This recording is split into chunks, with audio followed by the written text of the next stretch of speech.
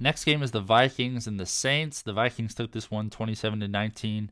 Derek Carr went out with an injury, so we got some Jameis Winston. 13-25, 122 yards, 2 touchdowns, 2 interceptions. The full Jameis Winston experience. Low completion percentage, high yards relatively, high touchdowns, but also high interceptions. From an entertainment standpoint, I want to see Jameis Winston every single week. But if I'm a Saints fan, I want Derek Carr out there because he's much safer with the ball. Jameis Winston threw this ball they were in the red zone, and Jameis Winston was on the far other side of the field and threw it way across the field into the end zone to A.T. Perry. I love watching Jameis Winston, but if I was a Saints fan, I would be freaking out if he was on the field because his style of play just does not seem conducive to winning. Alvin Kamara, 9 carries for 42 yards. Solid stuff there. He, because of the 7 catches for 33 yards, really made up for it, but still got to play him every single week. He's one of the most productive backs in fantasy. Derek Carr just had the 1 carry for 10. Jamaal Williams had 4 carries for 7. He's not going to be an ad unless something happens to Alvin Kamara. And Taysom Hill, disappointing stuff from him. Just the 1 carry for 6 yards, 2 catches for 17. We knew it was going to come back down at some point.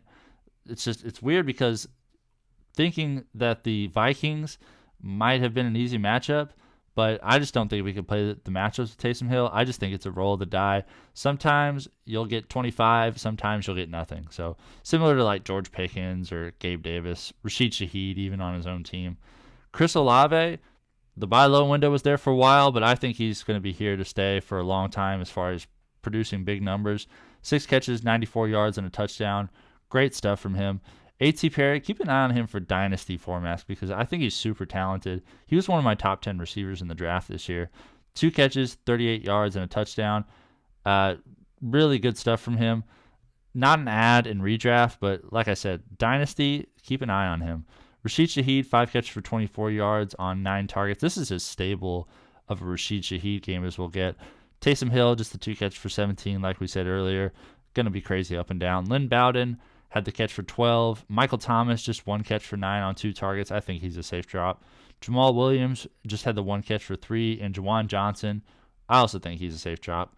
But keep in mind, him and Taysom Hill's roles are completely different. So just because Taysom Hill is playing well, that doesn't affect Juwan Johnson. But he had 3 targets, 1 catch, and 2 yards. For the Vikings, Josh Dobbs is amazing. 23 of 34, 268 yards, a touchdown, no interceptions. He also had 8 carries for 44 yards and a rushing touchdown.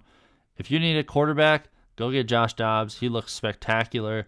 This offense puts a lot on the quarterback too, so he's going to have plenty of opportunities to throw the ball, to rush the ball. Just an outstanding fantasy option right now. Ty Chandler, 15 carries for 45 yards and a touchdown. Alexander Mattison went down with an injury. He had 8 carries for 27 yards before he went out. If something happens with him, definitely keep an eye on Ty Chandler. And even if something doesn't, maybe Ty Chandler starts to get a role here because he looked a lot more explosive than Mattison. At least they could complement each other pretty well instead of it just going all to Mattison like it has in the past. And Kendre and Wongwu had 2 carries for 9 yards as well. He's not going to have any value unless something happens to Chandler and Mattison.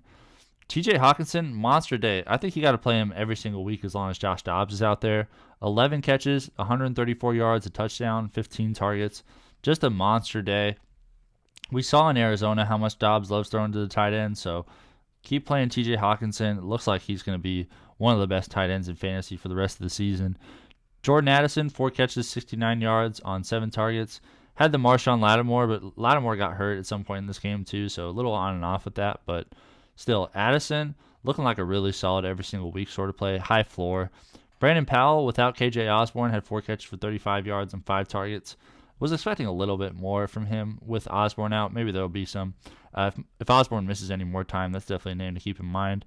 Jalen Naylor had a catch for 16 yards. Johnny Munt had 2 catches for 8. And Alexander Mattison, before he went out, had 2 targets, 1 catch, and 6 yards.